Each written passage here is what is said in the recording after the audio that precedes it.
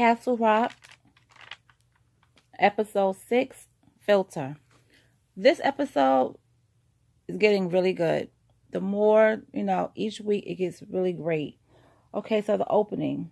Henry is giving his father a proper burial, and it seems to be that no one is there. No one is there. No one's in the chairs or anything. It's just him, the groundskeeper, and the preacher, and then two guys who we learn who they are later on.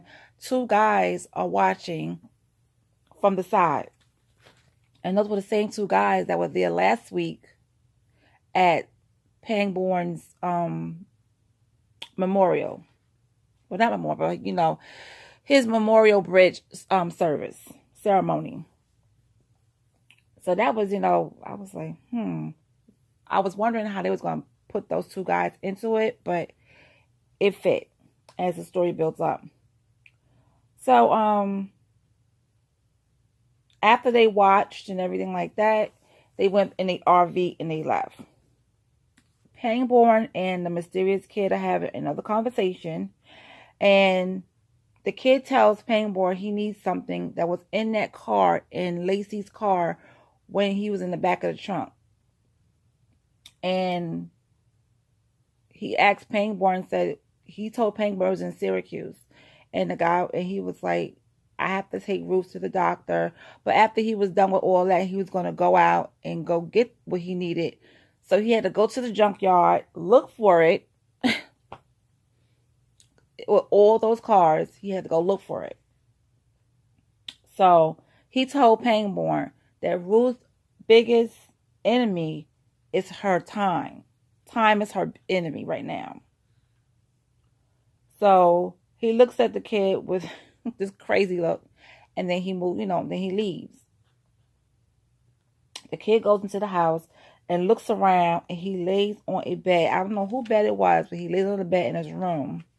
Probably it was Henry's bed, I think. I'm not sure. But he goes in there and he lays, lays on the bed as he was looking around. Ruth comes back from the doctor, and, she's just, I don't know, the thing with Ruth, everything is like touch and go for her. She can remember certain things, but then then it'll just leave. So it's like she calls it being lost. She says she's just lost. Henry's son Wendell, he comes to town, and he gets off the bus, he hugs his dad, and like any other kid that has a cell phone and that's into their cell phone, hold up, I want to beat level 4. Like, dude, you just got off the bus. Okay, we greet each other, and you talking about some hold up, you want to beat level 4, and Henry is looking at him like, what? I know I would have. He's like, what?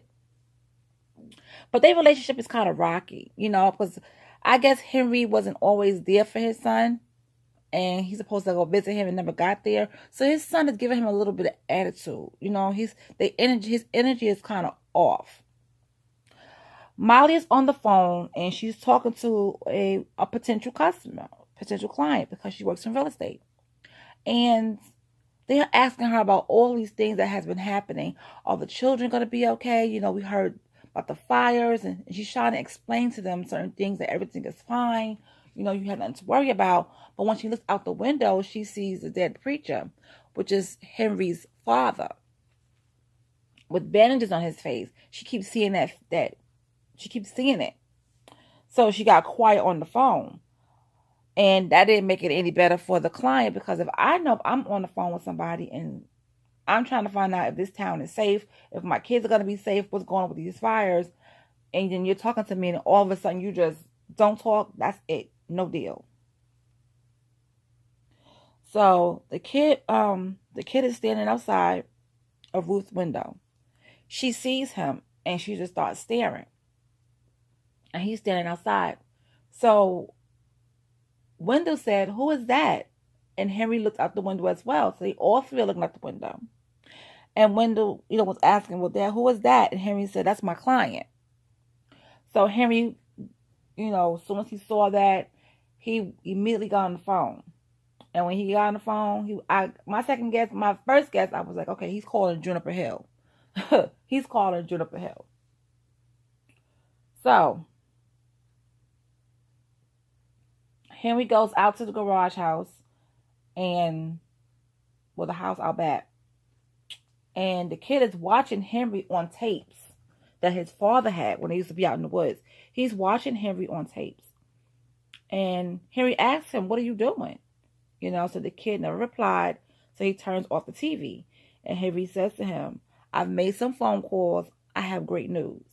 In other words, I made some phone calls and you getting up out of here. Plain and simple.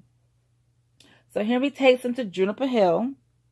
And soon as he's there, like these birds start flying around like uncontrolled, very crazy, like just flying around, and one falls from out the sky. And the kid looks at it. Now he still don't have a name yet, so now his name is the kid. So the lady said this is the second time this happened this week. So I'm like, what's going on? My only guess that the other guys were there, maybe, and that happened, and then now Henry is there, and that happened again. That's the only thing I can think of. So everyone's looking at every thing like all shocked, because they was like, oh my goodness. So the nurse takes the kid and said, "Hey, you're gonna be fine. Let's go." So she takes him in there. So when Henry gets back home, Wendell asks Henry about why Ruth didn't have their own children. And Henry tried to explain to them the best way he could. They tried, it didn't work out. And I guess they didn't want to go through that grief again. And the kid asked him, "Well, have you ever wondered about your real parents?" And he just said it was, short and sweet. "These are my real parents. These are your grandparents." You get what I'm saying? So I guess he don't really know his real parents. I guess he never knew his real parents.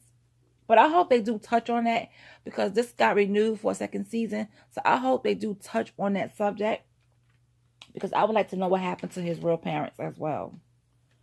So he's very close with Ruth, even though she's touch and go at times, but he loves her to death. So here he goes to see Molly, and he asks her about, going out into the woods. "Have you ever seen me and my father go out into the woods late at night?" And she says yes. She said, "I have seen you guys go out to the woods late at night." So Molly starts telling him that you were never happy and you wanted your dad dead. And Henry is looking at her like, what the heck? He's confused because he doesn't remember. He does not remember. So Molly tells Henry about that night.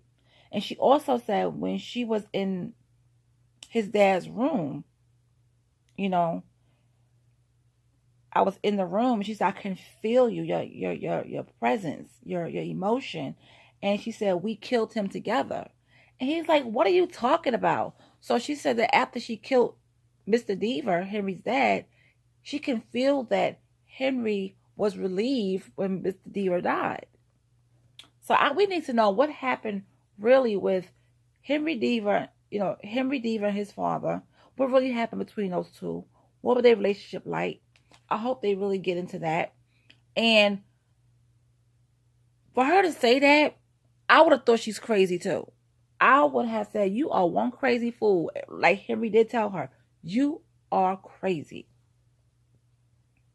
So Henry goes back home, and he takes the camera into the woods. So he's looking at the camera, the video, to see exactly where was his spot, when the camera cut off. So he's trying to find a spot, and he's trying to find out where did this lead? Where was his father going with this camera? But it cut off because the battery had died. So Henry was out there wandering around. And so he finally came upon something.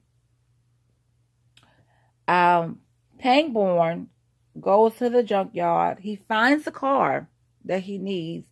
He tells the guy, "Look, I need to get this car because there's something in it I need that's going to help my wife." So the guy was like resisting. So he pulled out his gun and he said, "I'm taking this car." Pangborn ain't no joke. When he wants something, he is going to get it. So, and that's the same car that Dale killed himself in. So he needed that car because the boy told him there's something in there that he needs. Okay, so Ruth is at home and she's trying to take her pills and she's dropped her pills on the floor, scattered. And as she's picking them up, the kid just comes into the house, takes off his jacket, hangs it up, takes off his shoes, and while he's doing all of this, Ruth is just staring at him like in a confused look. And then it goes to the next scene, which is Henry is still in the woods. He has no cell service. He see a guy sitting at the fire, and he says, "Excuse me," and the guy turns around and takes the stick that you put on marshmallows, well, a campfire stick, I call it, and he points it at Henry, and then the other guy, the black guy, he claps his hand. He can't really talk, and he's deaf, but he can read lips, and so and the guy is his interpreter. And his interpreter. So let me see. So to get them from doing whatever they was doing, he's clapping to make his presence known. And these are the same men from the service in town with Pangborn, the same men that was at the cemetery where Henry was giving his father a proper burial. So Henry was asking questions like, "Who are you? And what are you doing out here?" All this kind of stuff. And the man is explaining to him that they knew his father and that they know the sounds that he is hearing. And he said that there's the sound that you hear. I mean, this got really deep, but I'm explaining it as much as I can. The sound that Henry is hearing is like a high pitched sound, but because there's so much noise going on in the world, he needs to be in a quiet setting to hear what's behind that ringing, what's behind that sound. And some people, like he explained, that sound had made people deaf before. So at first he was kind of like, they want to hear it, but the guys didn't seem that it was ready to harm him. But he became interested when he said they know his father and he knows of the sound. So that's what that explains why his father was asking him in the video, "Do you hear it?" You know what I'm saying? It's because his father was hearing a sound, and he said his father called it the voice of God. So he goes back to Pangborn. He sees the kid sitting outside with his wrist cut. So he said, "What's going on? What's going on? What's going on?" And the guy is telling him, he said, "Why didn't you help me when I was in that trunk? Why didn't you help me?" So Pangborn looks at him and he runs into the house, and the house is a wreck. There's blood in certain places. The house is tore up. But we see no Ruth and we see no Wendell. So this episode was really deep, and I hated that they cut it from right at that point because we need to know more. But next week, we'll find out what's really going on, because we only got, if I'm not mistaken, we only got 2 more episodes. I don't think it's 10 episodes. I think it's 8. So, I have to check because I forgot. But it was really deep. And those same guys that was in the cemetery when they was talking to Henry in the woods, I forgot to mention this, that their truck was off to the side and they showed, Henry what was inside the RV, and they have this sound built. And the guy was telling him, your father was trying to build a box to hear and not hear the outside world, but he finished it. And the guy said, you don't have to get in. It's up to you. It's your choice. But don't you want answers? You have a son, and all this kind of stuff. So when Henry went in there to look around, the guy closed him in there. So I guess, by next episode, we're going to see him sitting there. And maybe some of that noise that he was hearing will become clear. And we can finally hear what the message that Henry was getting.